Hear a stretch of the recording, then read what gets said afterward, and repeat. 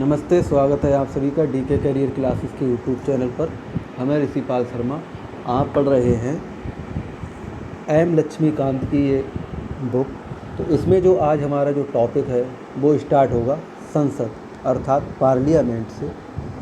ये जो पार्लियामेंट्स है इसको आज हम पढ़ेंगे। तो यहाँ तक हमने पढ़ लिया था कि संसद केंद्र सरकार विधायी अंग है। संसदीय प्रणाली जिसे सरकार का वेस्टमिंस्टर मॉडल भी कहते हैं अपनाने के कारण भारतीय लोकतांत्रिक व्यवस्था संसद में एक विशिष्ट व केंद्रीय स्थान रखती है। संविधान के भाग 5 के अंतर्गत अनुच्छेद 79 से 122 में संसद के गठन, संरचना, अवधि, अधिकारियों, प्रक्रिया, विशेषाधिकार व शक्ति आदि के बारे में वर्णन है। तो यहाँ तक कल हमने पढ़ लिया था। आज जो हम पढ़ने वाले हैं वो है संसद का गठन। तो संसद के गठन को समझेंगे। संविधान के अनुसार भारत की संसद के 3 अंग हैं: राष्ट्रपति, लोकसभा, राज्यसभा। 1954 में राज्य परिषद व जनता दल सदन के स्थान पर क्रमशः राज्यसभा लोकसभा शब्द को अपनाया गया। राज्यसभा उच्च सदन कहलाता है, दूसरे चैम्बर या बड़ों की सभा ये होता है, जबकि लोकसभा निचला सदन कहलाता है। पहला चैम्बर या चर्चित सभा इसे कहा जाता है। राज्यसभा में राज्य व संघ राज्य क्षेत्रों के प्रतिनिधि होते हैं, जबकि लोकसभा संपूर्ण रूप में भारत के लोगों का प्रतिनिधित्व करती है। ये चीज़ आप क्लियर कर लें आज से। राज्यसभा में राज्य व संघ राज्य क्षेत्रों के प्रतिनिधि होते हैं, जबकि लोकसभा में संपूर्ण रूप से भारत के लोग का प्रतिनिधित्व करती है। ये जो राज्यसभा और लोकसभा है इसका कन्फ्यूजन कैसे दूर किया जा सकता है। राज्यसभा से ही स्पष्ट हो रहा। राज्य माने होता है जो हमारे राज्य हैं, वो वहाँ के जो प्रतिनिधि बैठते हैं तो वो कहलाएगी राज्यसभा। और लोकसभा का मतलब है जो पूरे भारत में जितने भी लोग हैं वो हमारी क्या कहलाएगी, वो लोकसभा कहलाएगी। जो पूरे भारत के लोगों का प्रतिनिधित्व करे वो प्रतिनिधि वहाँ पर जो बैठते हैं प्रतिनिधित्व करने वाले, तो वो क्या कहलाएगा, वो लोकसभा कहलाएगा। लोकसभा का अर्थ है संपूर्ण भारत से और राज्यसभा का अर्थ है अपने अपने स्टेट से, राज्य से। समझ रहे हैं ना। तो यहाँ तक हो गया। हालांकि राष्ट्रपति संसद के किसी भी सदन का सदस्य नहीं होता और ना ही वह संसद में बैठता है, लेकिन राष्ट्रपति संसद का अभिन्न अंग होता है। ऐसा इसलिए क्योंकि संसद के दोनों सदनों द्वारा पारित कोई विधेयक तब तक विधेयक नहीं बनता जब तक राष्ट्रपति अपनी स्वीकृति नहीं देता।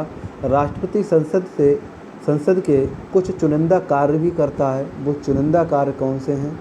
उदाहरण के लिए हम समझते हैं, राष्ट्रपति दोनों सदनों का सत्र आहूत करता है या सत्रावसान करता है। आहूत का मतलब होता है, आपने सुना होगा कि जब यज्ञ होते हैं तो पंडित जी कहते हैं आहुति दो। आहुति का अर्थ होता है देवताओं को बुलाना। तो वहीं से ये शब्द उठाया है कि आहूत का मतलब होता है जो भी प्रतिनिधि बैठे हुए हैं उनको बुलाना। आहूत का मतलब होता है किसी को बुलाना। और सत्रावसान का मतलब होता है, अवसान का मतलब होता है शाम ढलते। और यहाँ पर सत्र का अवसान का मतलब है सत्र जो चल रहा है, जो सुबह से शाम तक की जो मीटिंग चल रही है उसके लिए अब विदा करना। ये क्या कहलाएगा? ये सत्रावसान कहलाएगा। लोकसभा को विघटित कर सकता है जब संसद का सत्र ना चल रहा हो, वह अध्यादेश जारी कर सकता है इत्यादि। ये किसके कार्य हैं? ये कार्य हैं राष्ट्रपति के। इस मामले में भारतीय संविधान अमेरिका के स्थान पर ब्रिटेन की पद्धति पर आधारित है। ब्रिटेन की संसद ताज अर्थात राजा या रानी, हाउस ऑफ लॉर्ड ऊपरी सदन और हाउस ऑफ कॉमन इसका अर्थ होता है निचला सदन। से मिलकर बनी होती। वहाँ पर हाउस ऑफ लॉर्ड होता है और हाउस ऑफ कॉमन होता है। कहाँ? ब्रिटेन में।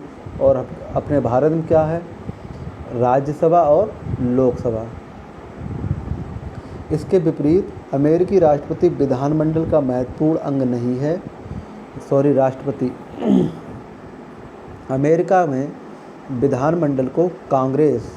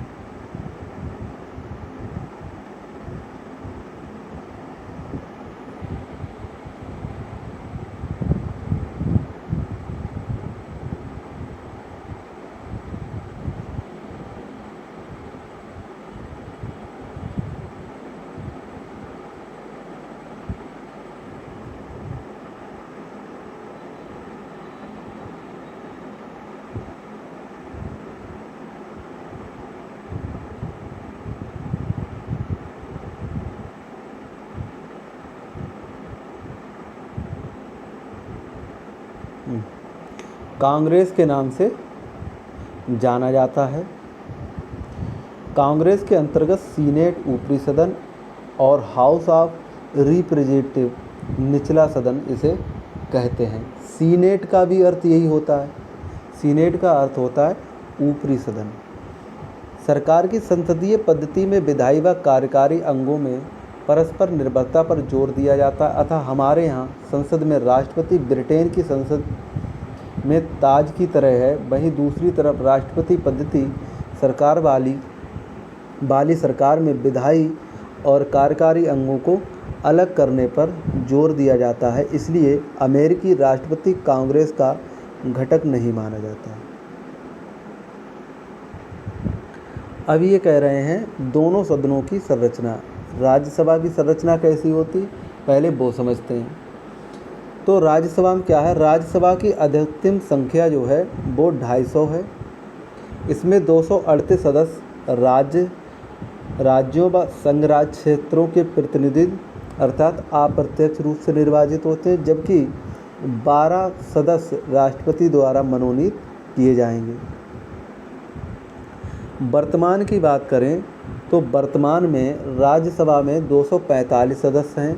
इनमें से 229 सदस्य राज्यों के प्रतिनिधित्व करते हैं, 4 जो है संघ राज्य क्षेत्रों का प्रतिनिधित्व करते हैं, यूटी जो होती हैं, और 12 राष्ट्रपति द्वारा मनोनीत किए जाते हैं। संविधान की चौथी अनुसूची में राज्यसभा के लिए राज्यों व संघ राज्य क्षेत्रों में सीटों के आवंटन का वर्णन किया गया है। राज्यसभा का प्रतिनिधित्व जो होता है उसे समझते हैं। राज्यसभा में राज्यों के प्रतिनिधि का निर्वाचन राज्य विधानसभा के निर्वाचित सदस्य करते हैं। चुनाव आनुपातिक प्रतिनिधित्व पद्धति के अनुसार एकल संक्रमणीय मत द्वारा होता है। राज्यसभा के लिए राज्यों की सीटों का बंटवारा उनकी जनसंख्या के आधार पर किया जाता है, इसीलिए राज्य के प्रतिनिधियों की संख्या अलग अलग होती है, अलग अलग राज्यों में अलग अलग होती है। उदाहरण के लिए उत्तर प्रदेश में 31 सदस्य हैं, जबकि त्रिपुरा में से 1 सदस्य है। अमेरिका में सीनेट अर्थात निचला सदन, अमेरिका में सीनेट में राज्यों का प्रतिनिधित्व बराबर होता है, जनसंख्या के आधार पर नहीं। अर्थात अमेरिका में जनसंख्या के स्थान पर सभी राज्यों को सीनेट में समान प्रतिनिधित्व किया गया है। अमेरिका सीनेट में कुल 100 सीटें अर्थात 100 सीटें हैं। प्रत्येक राज्य को 2 सीटें प्राप्त होती हैं। संघ राज्य क्षेत्रों का प्रतिनिधित्व दूसरे नंबर पर। राज्यसभा में संघ राज्य क्षेत्र का प्रत्येक प्रतिनिधित्व इस कार्य के लिए निर्मित एक निर्वाचित मंडल द्वारा चुना जाता है। यह चुनाव भी आनुपातिक प्रतिनिधित्व पद्धति के अनुसार एकल संक्रमणीय मत द्वारा होता है। 9 संघ राज्य क्षेत्रों में से सिर्फ 3 दिल्ली, पांडिचेरी, जम्मू कश्मीर के प्रतिनिधि राज्यसभा में हैं। 6 अन्य, ये 6 की जगह पर यहाँ पर आप 5 कर लेंगे और ये जो 9 हैं इनकी जगह पर 8 कर लेंगे। ये 8 हैं और ये 6 की जगह पर 5 हो जाएंगे। संघ शासित प्रदेशों की जनसंख्या तुलनात्मक रूप से काफ़ी कम होने के कारण राज्यसभा में अलग प्रतिनिधित्व प्राप्त नहीं है। नामित या नाम निर्देशित सदस्य। राष्ट्रपति राज्यसभा में 12 ऐसे सदस्यों को नामित या निर्देशित करता है जिन्हें कला, साहित्य, विज्ञान, समाज सेवा विषयों के संबंध में विशेष ज्ञान या व्यवहारिक अनुभव हो। ऐसे प्रतिनिधियों को नामांकित करने के पीछे उद्देश्य है कि नामी या प्रसिद्ध व्यक्ति बिना चुनाव के राज्यसभा में जा सके। यहाँ ध्यान देने वाली बात यह है कि अमेरिका में सीनेट में कोई नामित सदस्य नहीं होता। अब बात करते हैं लोकसभा की संरचना की। तो जो लोकसभा है ये 20/1/2020 से पहले जो था इनकी संख्या लोकसभा में अधिकतम संख्या 252 थी, लेकिन इनमें से 530 राज्यों के प्रतिनिधि, 20 संघ राज्य क्षेत्रों के प्रतिनिधि और एंग्लो इंडियन समुदाय के 2 सदस्य। तो इनकी संख्या कितनी हो जाएगी? वो हो जाएगी 550 नाम निर्देशित था। ये 20/11/2020 तक। अभी जो 2 सदस्य हैं इनको हटा दिया गया, एंग्लो इंडियन को। तो वर्तमान में लोकसभा में 545 सदस्य, इनमें से 530 सदस्य राज्यसभा से, 13 सदस्य संघ राज्य क्षेत्रों से और 2 सदस्य राष्ट्रपति द्वारा नामित या निर्देशित एंग्लो इंडियन से हैं। तो यहाँ पर जो एंग्लो इंडियन वाले 2 हैं वो कम हो जाएंगे। तो जो 45 हैं जो इसमें 2 सदस्य कम हो जाएंगे। आगे बात करें तो वो हो जाता है राज्यों का प्रतिनिधित्व। राज्यों का प्रतिनिधित्व कैसे होता है ये चीज़ समझते हैं। लोकसभा में राज्यों के प्रतिनिधित्व राज्यों के विभिन्न निर्वाचन क्षेत्रों के लोगों द्वारा प्रत्यक्ष रूप से निर्वाचित होता है। भारत के हर नागरिक को जिसकी उम्र 18 वर्ष से अधिक है और जिसे संविधान या विधि के उपबंधों के मुताबिक अयोग्य नहीं ठहराया गया हो, मत देने का अधिकार है। 61वें संविधान संशोधन अधिनियम 1988 द्वारा मत देने की आयु सीमा 21 वर्ष से घटाकर 18 वर्ष की गई है। सवाल यहाँ पर बन सकता है कि 21 वर्ष से 18 वर्ष की आयु सीमा मतदाता की गई, ये किस अनुच्छेद में किस अधिनियम के द्वारा की गई? तो 61वें संविधान संशोधन अधिनियम 1988 द्वारा की गई। फिर है संघ राज्य क्षेत्रों का प्रतिनिधित्व। संविधान ने संसद को संघ राज्य क्षेत्रों के प्रतिनिधित्व को चुनने की विधि के निर्धारण का अधिकार दिया। इस तहत संसद ने संघ राज्य क्षेत्र अधिनियम 1965 बनाया, जिसके तहत संघ राज्य क्षेत्रों से प्रत्यक्ष निर्वाचन के तहत लोकसभा सदस्य चुने जाते हैं।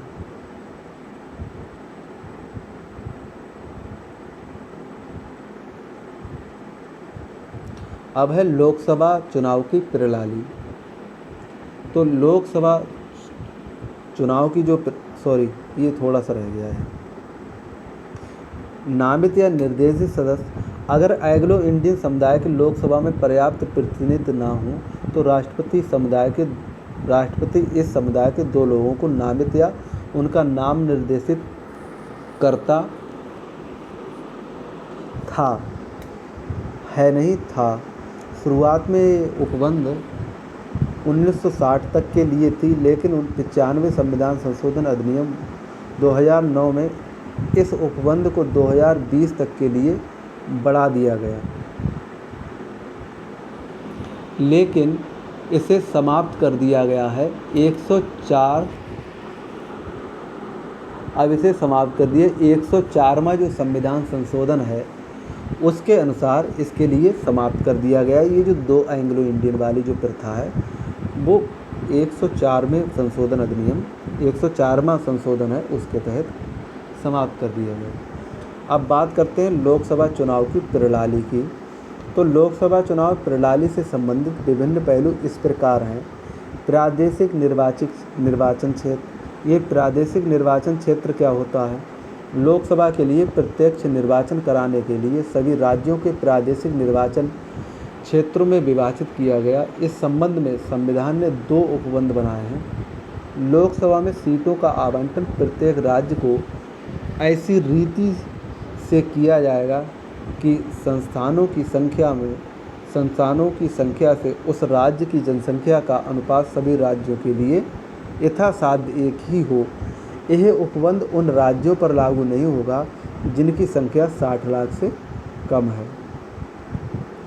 फिर बात करते हैं लोकसभा चुनाव की प्रणाली में दूसरे नंबर की प्रादेशिक निर्वाचन क्षेत्र में प्रत्येक राज्य को प्रादेशिक निर्वाचन क्षेत्र में ऐसी रीति से विभाजित किया जाएगा कि प्रत्येक निर्वाचन क्षेत्र की जनसंख्या का उसको आवंटित स्थानों की संख्या से अनुपात समस्त राज्य में यथासाध्य एक ही हो।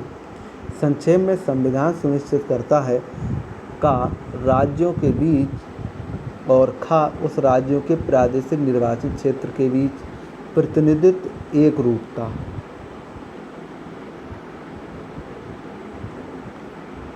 नेक्स्ट है जनसंख्या से आशय अंतिम जनसंख्या की गणना से है, जिसके सुसंगत आंकड़े प्रकाशित हो गए। प्रत्येक जनसंख्या के पश्चात पुनः समायोजन। प्रत्येक जनगणना की समाप्ति पर पुनः समायोजन किया जाता है।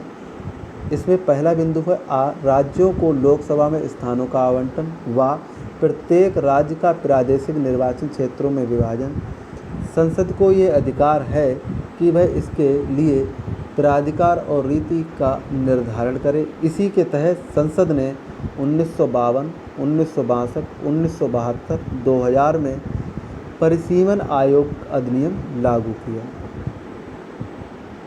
42वें संविधान संशोधन अधिनियम 1976 राज्यों में 1976 में राज्यों को लोकसभा में स्थानों का आवंटन और प्रत्येक राज्य के प्रादेशिक निर्वाचन क्षेत्रों में विभाजन को वर्ष 2000 तक स्थिर कर दिया। 1971 की जनगणना के अनुसार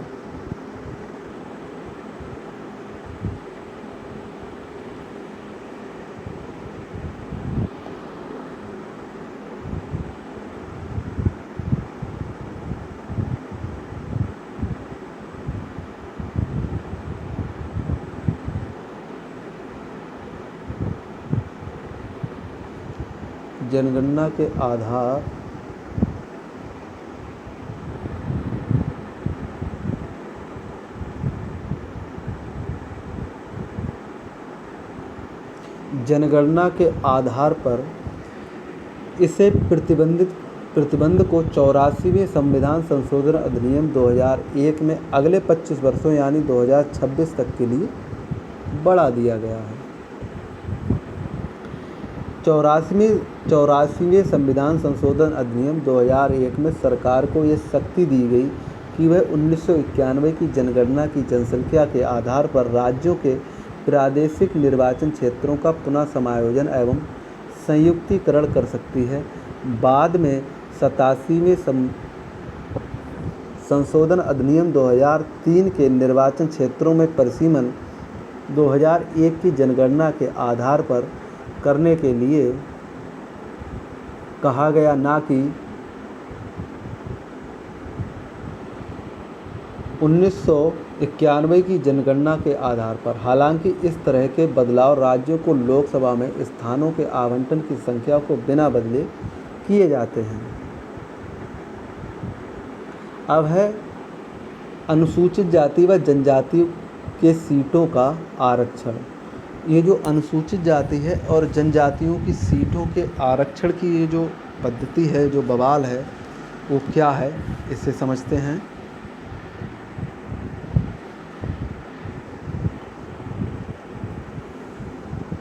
हालांकि संविधान में किसी धर्म विशेष की प्रतिनिधित्व पद्धति का त्याग किया गया, लेकिन जनसंख्या के अनुपात के आधार पर अनुसूचित जातियां व जनजातियों के लिए लोकसभा में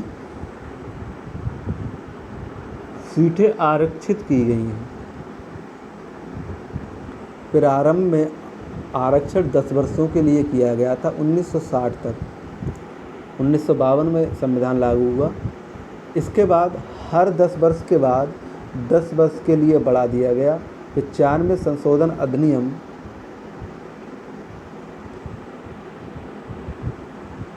2009 में इस आरक्षण को 2020 तक के लिए बढ़ा दिया गया। 10वें जो संविधान संशोधन अधिनियम 2019 में इस आरक्षण को 2030 तक बढ़ा दिया गया है।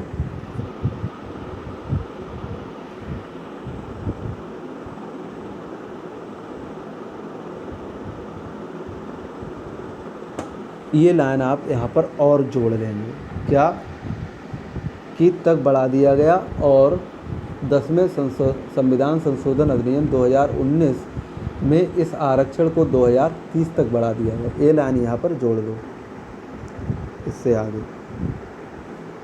हालांकि अनुसूचित जातियों व जनजातियों के लिए सीटों आरक्षित की गई, लेकिन उनका निर्वाचन क्षेत्र के सभी मतदाताओं द्वारा किया जाता। अनुसूचित जाति व जनजातियों के सदस्यों को सामान्य निर्वाचन क्षेत्र से भी चुनाव लड़ने का अधिकार है। 84वें संशोधन अधिनियम 2001 में आरक्षित सीटों को 1991 की जनगणना के आधार पर पुनः नियत किया गया। सामान्य सीटों की तरह 87वें संशोधन अधिनियम 2003 में आरक्षित सीटों को 1991 की बजाय 2001 की जनगणना के आधार पर पुनः नियत किया गया। नेक्स्ट आता है first fast the post system.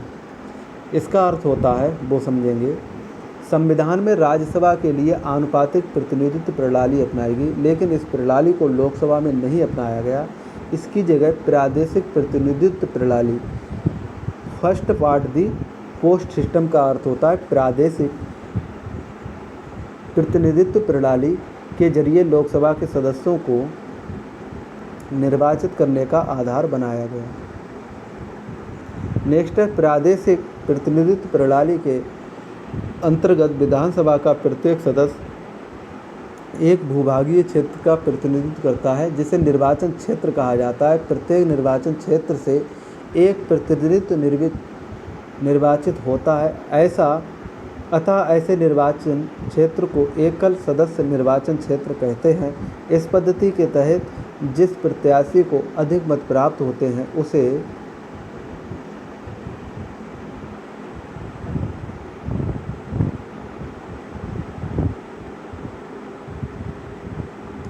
विजयी घोषित किया जाता है। प्रतिनिधित्व की सामान्य बहुमत पद्धति का यह प्रतिनिधित्व पूरी चुनाव प्रक्रिया का प्रतिनिधित्व नहीं करता। दूसरे शब्दों में, यह अल्पसंख्यकों को छोटे समूह के प्रतिनिधित्व को सुरक्षित नहीं करता। आनुपातिक प्रतिनिधित्व प्रणाली का उद्देश्य क्षेत्रीय प्रतिनिधित्व विभेद को हटाना है। इस व्यवस्था के तहत लोगों के सभी वर्गों को अपनी संख्या के अनुसार प्रतिनिधित्व मिलता है, यहाँ तक कि सबसे छोटी संख्या वाले वर्ग को भी विधानमंडल से इसका हिस्सा मिलता है। आनुपातिक प्रतिनिधित्व के दो प्रकार होते हैं, जिसके नाम है एकल हस्तांतरणीय मत व्यवस्था या प्रणाली एवं सूची व्यवस्था। दूसरा है भारत में राज्यसभा राज्य विधान परिषदों, राष्ट्रपति एवं उपराष्ट्रपति के निर्वाचन के लिए पहले प्रकार की व्यवस्था को अपनाया गया। यद्यपि संविधान सभा के कुछ सदस्यों ने लोकसभा सदस्यों के चुनाव के लिए आनुपातिक प्रतिनिधित्व प्रणाली की वकालत की थी, लेकिन इस संविधान ने दो कारणों से नहीं अपनाया गया। पहला कारण वो था कि मतदाताओं के लिए मतदान प्रक्रिया जो कि जटिल है, समझने में कठिनाई होगी, क्योंकि देश में शैक्षिक स्तर कम है। बहुदलीय व्यवस्था के कारण संसद की अस्थिरता। इसके अलावा आनुपातिक प्रतिनिधित्व प्रणाली के निम्नलिखित दोष भी हैं। दोष क्या हैं? ये काफ़ी खर्चीली व्यवस्था है। यह उपचुनाव की कोई अवसर प्रदान नहीं करती। यह मतदाताओं एवं प्रतिनिधियों के बीच आत्मीयता को कम करती है। यह अल्पसंख्यक एवं सामूहिक हितों को बढ़ावा देती है। यह पार्टी व्यवस्था के महत्व को बढ़ावा देती है एवं मतदाताओं के महत्व को कम करती है। अब है दोनों शब्दों की अवधि। राज्यसभा के समय क्या है और आपका लोकसभा का समय क्या है, इसको समय अवधि की बात ये कह रहे हैं। तो राज्यसभा पहली बार 1952 में स्थापित हुई एक निरंतर चलने वाली संस्था है, यानी यह एक स्थायी संस्था है और इसका विघटन नहीं होता, किंतु 1/3 सदस्य हर दूसरे वर्ष सेवानिवृत्त होते हैं। ये सीटें चुनाव के द्वारा फिर भरी जाती हैं और राष्ट्रपति द्वारा हर तीसरे वर्ष की शुरुआत में मनोचयन होता है। सेवानिवृत्त होने वाले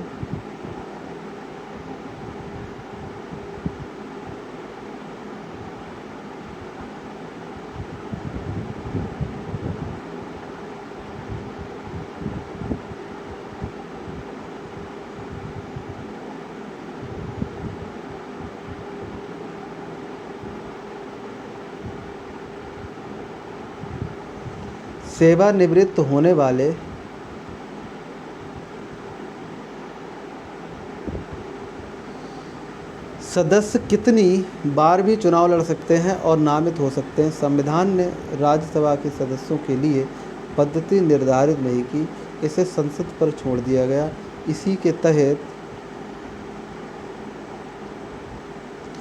जनप्रतिनिधित्व अधिनियम 1951 के आधार पर संसद ने कहा कि राज्यसभा के सदस्यों की पदावधि 6 वर्ष के लिए होनी चाहिए। इस अधिनियम ने भारत के राष्ट्रपति को पहली राज्यसभा में चुने गए सदस्यों की पदावधि कम करने का अधिकार दिया। पहले बैच में यह तय हुआ कि लॉटरी के आधार पर सदस्यों को सेवानिवृत्त किया जाए। इसके अलावा इस अधिनियम द्वारा राष्ट्रपति को राज्यसभा के सदस्यों की सेवानिवृत्ति के आदेश को शासित करने वाले उपबंध बनाने का अधिकार दिया गया। लोकसभा की अवधि की बात करें, राज्यसभा से अलग लोकसभा जारी करने वाली संस्था नहीं है। सामान्य तौर पर इस अवधि आम चुनाव के बाद हुई पहली बैठक से 5 वर्ष के लिए होती है। इसके बाद ये खुद विघटित हो जाती है। हालांकि राष्ट्रपति को 5 साल से पहले किसी भी समय इसे विघटित करने का अधिकार है। इसके खिलाफ न्यायालय में चुनौती नहीं दी जा सकती। इसके अलावा लोकसभा की अवधि आपात की स्थिति में एक बार वर्ष में 1 वर्ष तक बढ़ाई जा सकती है, लेकिन इसका विस्तार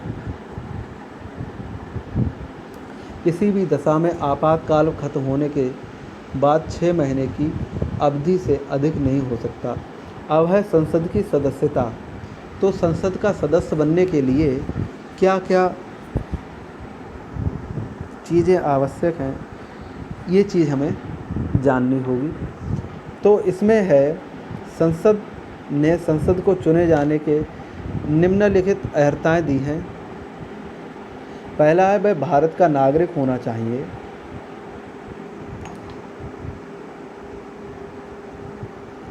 और दूसरा है, उसे इस उद्देश्य के लिए चुनाव आयोग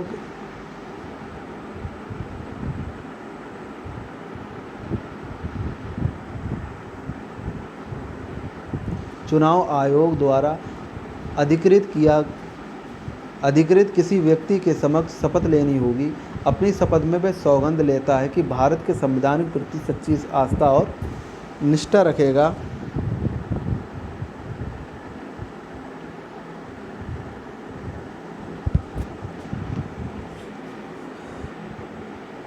वह भारत की संप्रभुता एवं अखंडता को अक्षुण्ण रखेगा।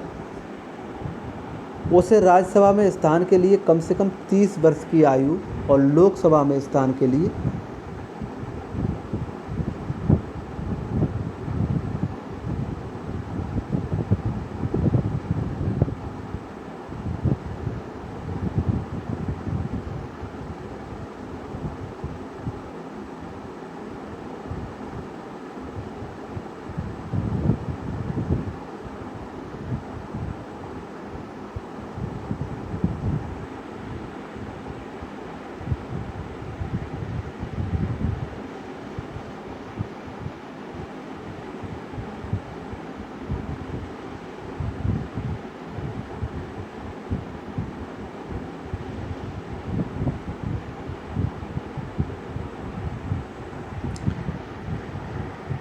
और लोकसभा में स्थान के लिए कम से कम 25 वर्ष की आयु होनी चाहिए।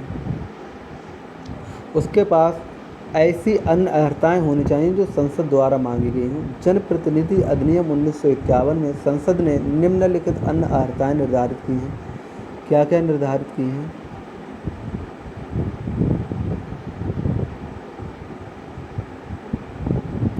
उस व्यक्ति को राज्य या संघ राज क्षेत्र के उस निर्वाचन क्षेत्र में पंजीकृत मतदाता होना चाहिए। ये लोकसभा एवं राज्यसभा दोनों के निर्वाचन के लिए अनिवार्य है। वह 2003 में राज्य सरकार ने राज्यसभा के निर्वाचन के लिए यह बाध्यता समाप्त कर दी। बाद में वर्ष 2006 में उच्चतम न्यायालय ने भी सरकार के इस निर्णय को वैध ठहराया।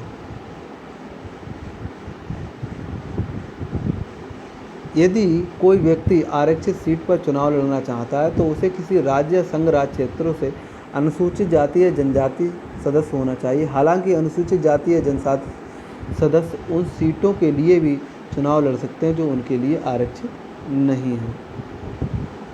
अब है निहरताएँ कि क्या क्या चीज़ें ना हों वरना वह सदस्य नहीं हो सकता।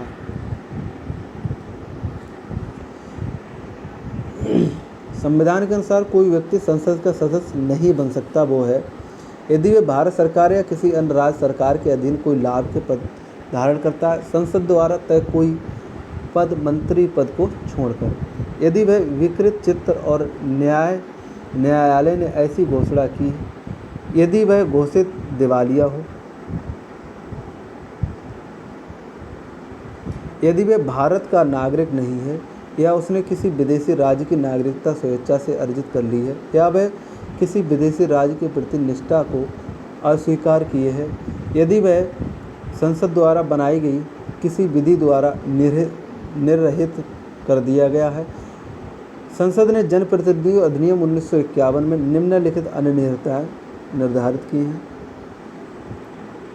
वह चुनावी अपराध या चुनाव में भ्रष्ट आचरण के तहत दोषी करार न किया गया हो, वह किसी अपराध के 2 वर्ष या उससे अधिक की सज़ा न हुई हो, परंतु प्रतिबंधात्मक निषेध विधि के अंतर्गत किसी व्यक्ति का बंदीकरण निहरता नहीं है, वह निर्धारित समय के अंदर चुनावी खर्च को ब्यौरा देने में असफल रहा हो, उसे सरकारी ठेका काम या सेवा में कोई दिलचस्पी ना हो, वह निगम के लाभ के पद पर निदेशक या प्रबंधन के निदेशक के पद पर ना हो जिसमें सरकार का 25% हिस्सा हो, उसे भ्रष्टाचार या निष्ठाहीन होने के कारण सरकार की सेवाओं से बर्खास्त ना किया गया हो। 7वां है, उसे विभिन्न समूह एवं शत्रुता बढ़ाने या रिश्वतखोरी के लिए दंडित ना किया गया हो, उसमें छुआछूत, दहेज, सती जैसे सामाजिक अपराधों के प्रसार में संलिप्त ना पाया गया। किसी सदस्य में उपरोक्त निहरताएँ संबंधी प्रश्न पर राष्ट्रपति का फैसला अंतिम होगा। राष्ट्रपति चुनाव निर्वाचन आयोग से राय लेकर उसी की तरह कार्य करना चाहिए।